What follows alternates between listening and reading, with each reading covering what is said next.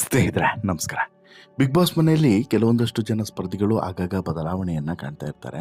ಅಲ್ಲಿ ನಡೆಯುವಂಥ ಕೆಲವೊಂದಷ್ಟು ಡೆವಲಪ್ಮೆಂಟ್ಗಳು ಮತ್ತು ಸಿಚುವೇಶನ್ಸ್ಗಳು ಅವರನ್ನು ಬದಲಾಯಿಸಿ ಬಿಡ್ತದೆ. ಇದೇ ರೀತಿ ಈ ಬಾರಿಯ ಸೀಸನ್ 12ರಲ್ಲೂ ಕೂಡ ಒಬ್ಬ ಸ್ಪರ್ಧಿಯಲ್ಲಿ ಭಾರಿ ಬದಲಾವಣೆಯನ್ನು ನಾವು ನೋಡ್ತಾ ಇದ್ದೇವೆ. ಅದು ಬೇರೆ ಯಾರೋ ಅಲ್ಲ, ಅದೇ ಜಾಹ್ನವಿ ಅವರು. ಹೌದು, ಮಾಜಿ ನಿರೂಪಕಿ ಆಗಿರುವಂತಹ ಜಾಹ್ನವಿ ಅವರು ಈಗ ನಟಿಯಾಗಿಯೂ ಕೂಡ ಗುರುತಿಸಿಕೊಂಡಿದ್ದಾರೆ.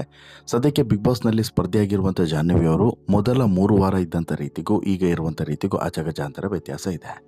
ಯಾವಾಗ ವೈಲ್ಡ್ ಕಾರ್ಡ್ ಮೂಲಕ ಸ್ಪರ್ಧಿಗಳ ಎಂಟ್ರಿ ಆಯಿತೋ ಆ ಸಂದರ್ಭದಲ್ಲಿ ಜಾಹ್ನವಿ ಇದ್ದಂಥ ರೀತಿಯೇ ಬೇರೆ ರೀತಿ ಇತ್ತು.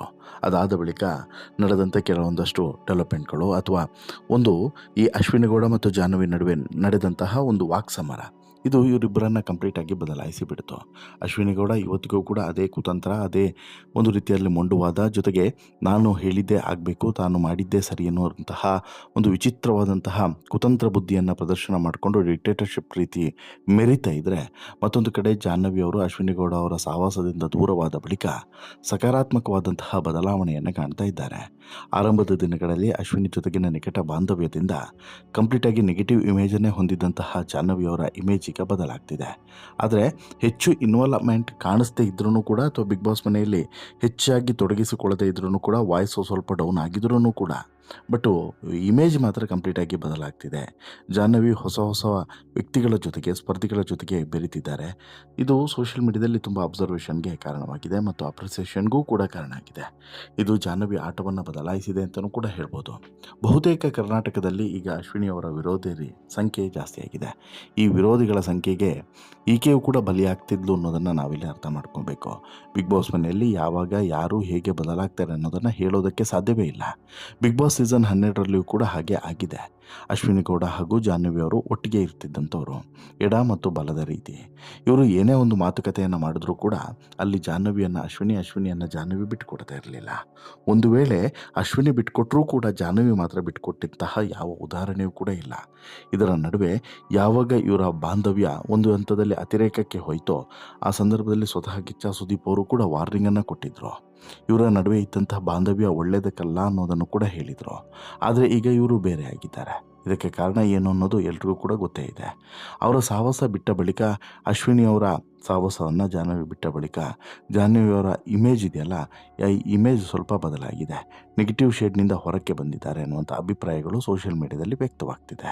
ಅಷ್ಟು ಮಾತ್ರ ಅಲ್ಲ, ಬಿಗ್ ಬಾಸ್ಗೆ ಬಂದಂಥ ಸಂದರ್ಭದಲ್ಲಿ ಅಶ್ವಿನಿ ಗೌಡ ಜಾಹ್ನವಿ ಒಟ್ಟಿಗೆ ಸುತ್ತಾಡಿದ್ದನ್ನು, ಒಟ್ಟಿಗೆ ಬಹುತೇಕ ಸಮಯವನ್ನು ಕಳೀತಾ ಇದ್ದದನ್ನು ನಾವು ನೋಡ್ಬೋದು. ದಿನಗಳು ಉರುಳಿದಂತೆ ಇವರ ಮಧ್ಯೆ ಬಾಂಧವ್ಯ ಹೆಚ್ಚಾಗುತ್ತೆ, ಜೊತೆಗೆ ಚೇಷ್ಟೆ ಕೂಡ ಹೆಚ್ಚುತ್ತಾರೆ. ಅಶ್ವಿನಿ ಗೌಡ ಮತ್ತು ಜಾಹ್ನವಿ ಇಬ್ಬರು ಕೂಡ ಸೇರಿಕೊಂಡು ರಕ್ಷಿತಾಗೆ ತೊಂದರೆಯನ್ನು ಕೊಟ್ಟಿದ್ದನ್ನು ಗಮನಿಸಿರ್ಬೋದು. ಇದರಲ್ಲಿ ಜಾಹ್ನವಿಗೆ ಮತ್ತು ಈ ಅಶ್ವಿನಿ ಗೌಡಗೆ ಕಿಚ್ಚ ಸುದೀಪ್ ಅವರು ಹಿಗ್ಗಾಮುಗ್ಗ ಜಾಡಿಸಿದ್ದನ್ನು ಕೂಡ ಬಹುಶಃ ನೀವು ಮರ್ತಿರ್ಲಿಕ್ಕಿಲ್ಲ. ಆ ಬಳಿಕ ಈ ಅಶ್ವಿನಿ ಸಹವಾಸವನ್ನು ಬಿಟ್ಟಿಲ್ಲ ಅನ್ನೋದು ನಾವು ಗಮನಿಸಬೇಕು.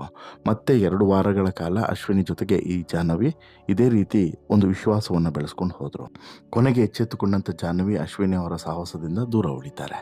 ಯಾವಾಗ ಅಶ್ವಿನಿ ಅವರ ಸಹವಾಸದಿಂದ ಜಾಹ್ನವಿ ದೂರ ಉಳಿತಾರೋ ನಂತರ ಕಂಪ್ಲೀಟಾಗಿ ಆಟವು ಕೂಡ ಬದಲಾಗ್ತಾ ಹೋಗುತ್ತೆ. ಇಲ್ಲಿ ಯಾವಾಗ ಸಹವಾಸ ದೋಷದಿಂದ ಸನ್ಯಾಸಿ ಕೆಟ್ಟ ಅನ್ನುವಂಥ ಒಂದು ಮಾತಿತ್ತಲ್ಲ, ಅದೇ ರೀತಿ ಜಾಹ್ನವಿಯವರ ಬಾಳಲು ಕೂಡ ಆಯಿತು ಅಂತಲೂ ಕೂಡ ಹೇಳ್ಬೋದು. ಜಾಹ್ನವಿ ಅದ್ಯಾವಾಗ ಈ ಅಶ್ವಿನಿ ಗೌಡ ಸಹವಾಸವನ್ನು ಬಿಟ್ಟರೋ ಬಳಿಕ ಬದಲಾಗ್ತಾ ಹೋದರು. ಇನ್ನುಳಿದಂಥ ಸ್ಪರ್ಧಿಗಳ ಜೊತೆಗೆ ಬೆರೀತಾ ಹೋದರು. ಬಿಗ್ ಬಾಸ್ ಮನೆಯಲ್ಲೂ ಕೂಡ ಒಳ್ಳೆ ಇಮೇಜನ್ನು ಪಡೆಯೋದಕ್ಕೆ ಶುರು ಮಾಡಿದರು. ನೆಗೆಟಿವ್ ಶೇಡ್ನಿಂದ ನಿಧಾನಕ್ಕೆ ಪಾಸಿಟಿವ್ ಶೇಡ್ನಂತ ಹೊರಳೋದಕ್ಕೆ ಶುರುವಾಯಿತು.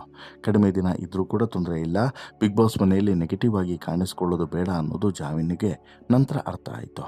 ಇದನ್ನು ಈ ಜಾಹ್ನವಿ ಈಗ ಅತ್ಯಂತ ಬೇಸರದಿಂದನೇ ಹೇಳ್ಕೊಳ್ತಾ ಇದ್ದಾರೆ. ನಾನು ಹೇಗೆಲ್ಲ ಕಂಡಿರಬಹುದು ಅವರಿಗೆ ಅನ್ನೋದನ್ನು ಕೂಡ ಸಾಕಷ್ಟು ಸಲ ಹೇಳಿದ್ದಾರೆ. ಈಗ ಅಶ್ವಿನಿ ಗೌಡ ಅವರ ಸಹವಾಸದಿಂದ ಜಾಹ್ನವಿ ಅವರು ಸಂಪೂರ್ಣವಾಗಿ ತೊರೆದು ಹೊರಗಡೆ ಬಂದ ಬಳಿಕ ಈಗ ಜಾಹ್ನವಿಗೆ ತುಂಬ ಕಾಲೆಳೆಯುವವರ ಸಂಖ್ಯೆ ಕಡಿಮೆ ಆಗಿದೆ, ಟ್ರೋಲ್ ಮಾಡೋರ ಸಂಖ್ಯೆಯೂ ಕೂಡ ಕಡಿಮೆ ಆಗಿದೆ.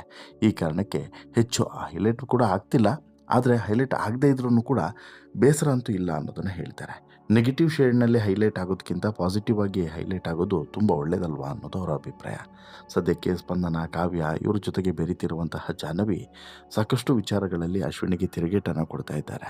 ಜಾಹ್ನವಿ ಬಗ್ಗೆ ಸೋಷಿಯಲ್ ಮೀಡಿಯಾದಲ್ಲಿ ಪಾಸಿಟಿವ್ ಆದಂಥ ಮಾತುಗಳು ಕೂಡ ಈಗ ವ್ಯಕ್ತವಾಗ್ತಿದ್ದಾವೆ. ಆರಂಭದ ದಿನಗಳಲ್ಲಿ ಹಾಗಿರಲಿಲ್ಲ.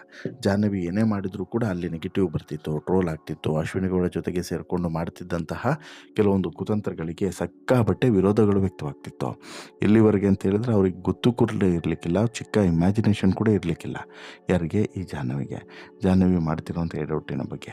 ಅಥವಾ ಜಾಹ್ನವಿಗೆ ಇಲ್ಲಿ ಈಗ ಯಾವಾಗ ವೈಲ್ಡ್ ಕಾರ್ಡ್ ಸ್ಪರ್ಧಿಗಳು ಒಳಗಡೆ ಬಂದರು ನೋಡಿ, ಅವ್ರು ಹೇಳಿದಂಥ ಮಾತು ಬಹುಶಃ ಮುಟ್ಟಿರ್ಬೋದು. ಈ ರಿಷಾ ಗೌಡ ಕೂಡ ಆರಂಭದಲ್ಲಿ ಹೇಳಿದ್ದೇ ಇದು. ಅಶ್ವಿನಿ ಗೌಡ ಅವರ ಬಕೆಟ್ ಆಗಿರುವಂಥ ಈ ಜಾಹ್ನವಿ ಆಟವನ್ನು ಮರಿತಿದ್ದಾರೆ ಅನ್ನುವಂಥ ಮಾತನ್ನು ರಿಷಾ ಹೇಳಿದರು.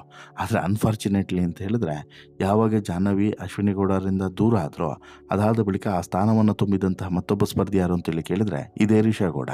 ಹೀಗಾಗಿ ರಿಷಾಗೆ ಬಹುಶಃ ಈಗ ಎಲ್ಲರೂ ಕೂಡ ಬುದ್ಧಿ ಮಾತನ್ನು ಹೇಳ್ತಾ ಇದ್ದಾರೆ. ಬಟ್ ಆಕೆ ಅರ್ಥ ಮಾಡ್ಕೊಳ್ತಿಲ್ಲ.